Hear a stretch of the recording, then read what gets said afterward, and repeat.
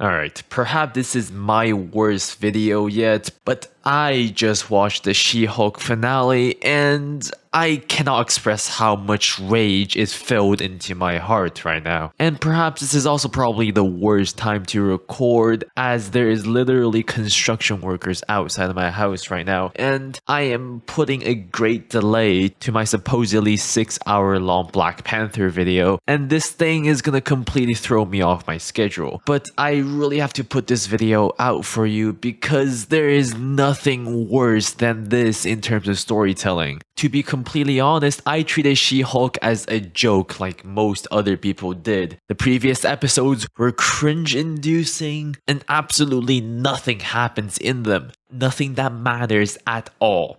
But this last episode, this finale, the one that the writers dared to call a story, is absolutely fascinating. Now, don't get me wrong, okay? Just despite all the rage that is filling up my head right now, I can still recognize what is good and what is bad about this episode. It honestly has the best content so far in terms of things in She-Hulk. For example, the opening sequence, or the intro, whatever it's called, is definitively the best content in She-Hulk so far. There is nothing that is better than this opening sequence in this entirety of a show, and I do like it. I genuinely do like it. That it's old school. It's genuinely a nice intro. It sums up the story pretty well. But unfortunately, the episode begins after that, and She-Hulk gets freed from all consequences from her actions in the previous episode, which is okay. You know, they don't have much time, their budget is supposedly running low, that they need to push on the story, that they cannot really show a slower development, so we need to speed up the plot and whatever development that they have going on here. And the episode follows with about 8 to 10 minutes of actual, like, decent content. They got nice scenes with her parents. I really love her dad's reaction. That's what a good dad would do. It's honestly good stuff. You know, I was getting impressed there. Everything was going relatively fine up until the point where everything started escalating and when she broke the fourth wall. But before we get to that point, there is still a little bit of thing I need to talk about that comes before the fourth wall break. So Todd, if any of you actually remembers his name, this guy is Todd. He pulls out a tube and says, "Also synthesize your blood,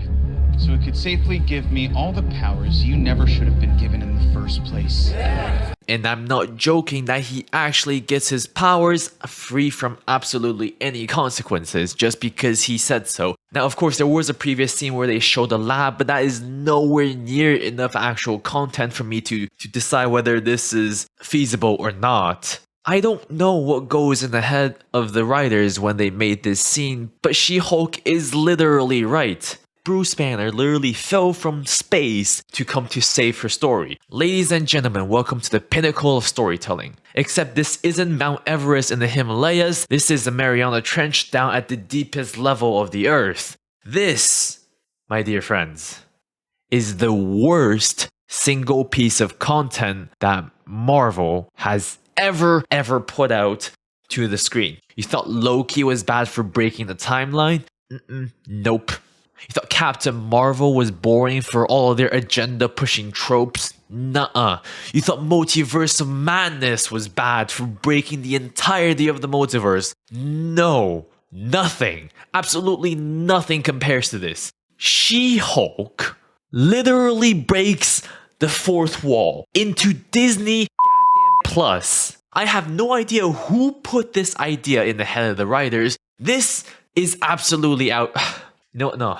I don't think words can describe how angry I am at this moment.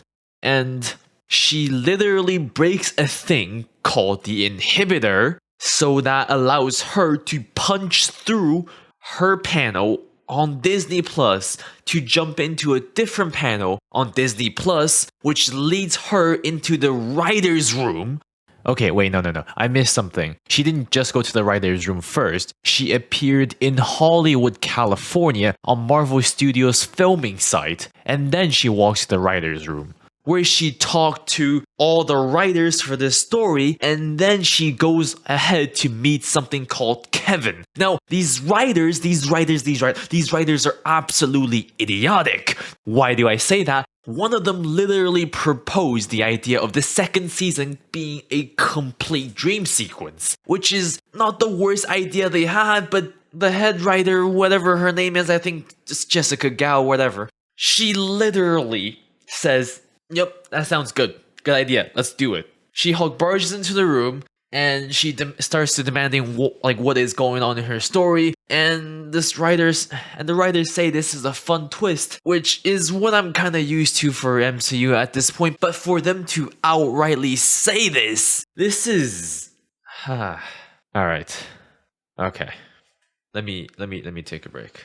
So when I watched this episode last night, I was filled with rage, alright? And then I went into a period where I just sat there into the void to think about how this is even possible, how this was even made to be put on screen, how a project funded by hundreds of millions of dollars can pump out things like this. How they even allowed this absolute piece of garbage on screen. This is almost like that the writers are aware of what they're doing. They're deliberately making a bad story, alright? I cannot and will not ever agree to the statement that someone who's trying to make a movie out there is deliberately making a bad movie, alright? I can never agree to that. But seeing this episode, it convinced me. This piece of content is, with evidence, deliberately made to be an absolute piece of garbage, alright? This content is equivalent to someone pissing their own pants and complains that the room smells bad, alright? There is absolutely nothing worse than this. If we're going back to the story, which I am gonna go back to the story, there's a lot more to talk about in this short episode of about 30 minutes, and there's only about 25 minutes of actual story because nothing happens for about 10 minutes. All the security guards in this universe, well, we know for a fact that this is not our world, even though it's supposed to be our world. These security guards in Hollywood all attack her knowing that they definitely cannot defeat the Hulk. Like, you have to be the most idiotic security guard to believe that you can defeat She-Hulk. Alright, you cannot defeat the Hulk if you don't have any weapons, if you're not a super soldier, if you're nothing. Okay? But then these security guards, you might say, oh, they're instructed to protect the ultimate secret in this world. But if they were, they would not be armed with this little things. Alright, they at least armed them with guns. There's absolutely no thought put into this. Alright? I highly doubt that anyone would risk their life fighting something that they know cannot win, especially for a story like this. Now, She-Hulk quickly defeats all the security guards and enters the room, and she meets Kevin. Now, you might expect it to be Kevin Feige, which is natural, but twist time that this Kevin is actually a robot.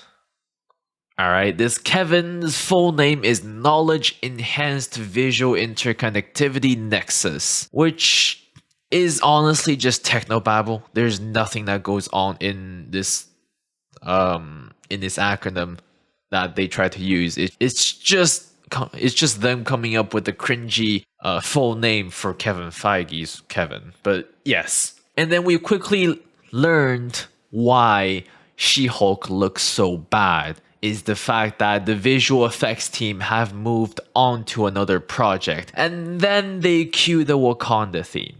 Now, I can't wait to tear apart Black Panther, but you guys are going to have to wait a little bit less than a month for that to come out. But let's continue with this one. Now, this, of course, signifies that, their team has moved on to Black Panther, but deliberately telling the audience that is just absolutely unacceptable. The fact that your content, none of Disney Marvel's content was funded less than $100 million. This thing, whatever the this is, excuse my language, I really don't, I'm getting frustrated here.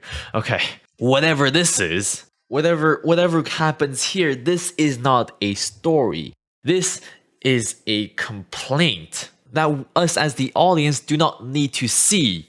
All right. Of course, we know we can tell that your She-Hulk looks very, very bad, even though some other characters like Hulk King, like Abomination, like Hulk himself, all look better than you. We know why. We know why that She-Hulk looks so bad, because you don't care about this project. You don't care about the thing you're making yourself. The fact that they made this thing, all right, this little AI thing, all right, they gave him the little cap thing, which, you know, what Kevin Feige always wears, you know, his signature cap, not like the hat cap, but not like Captain America cap, but yeah, this just shows you the current state of the MCU, alright? The whole thing. How much ego is dangling above the head of Kevin Feige for this to have this thing to even exist in the continuity of the MCU. Now, you might say this is not the MCU, but it definitely is. Alright, it's the people who wrote the show, and I'm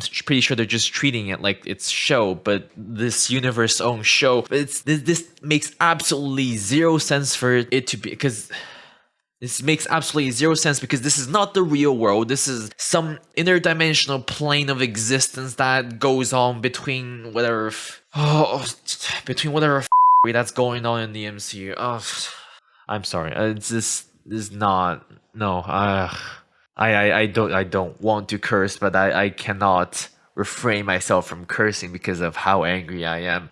This episode gives absolutely zero respect to the continuity of the MCU and the world building of the entire universe. And She-Hulk literally changes the story. Okay, so what happens when you change a story? Is everything before changed? Are all the episodes that comes before this invalidated? Is everything just whatever they want it to be? And we will see this later. This should mean that the MCU is absolutely incapable of writing a bad story, right? But no. Hold up for a minute. All right, it's somehow the ending is still bad. Okay, and She-Hulk then sits on the ground and starts talking about Marvel tropes. Okay, and she brings up the trope of daddy issues. All right, and she lists off all these people who has daddy issues, which some are true, some are not. Alright, there are better choices that she could have gone with. For example, Shang-Chi definitely had daddy issues, but I don't know about Thor for most of Thor in the MCU. And She-Hulk literally says that that's what Hulks do. They smash things. Hulk smashes buildings, and she smashes bad endings, and sometimes Matt Murdock. What the I am so lucky I don't live at my apartment anymore. Otherwise, I would have jumped right now. Now, upon seeing this, I just have one single question for the writers. How much of that white powder did you snort last night? How much of that was in your bloodstream when you wrote this show?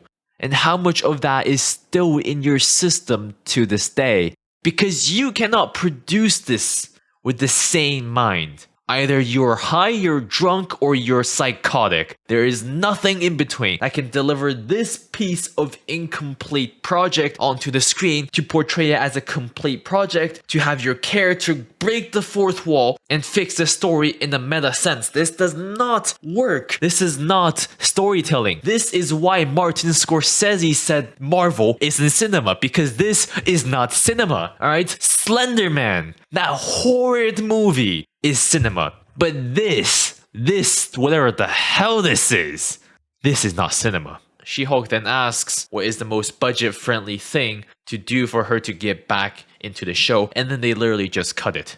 Yeah, I agree that is pretty budget-friendly, alright? It's almost like your budget was ever an issue. You're Marvel. You're Disney. Each one of your writers are paid more than they should be paid. Alright, these absolute incompetent baboons cannot write a story, and this is how they write a story.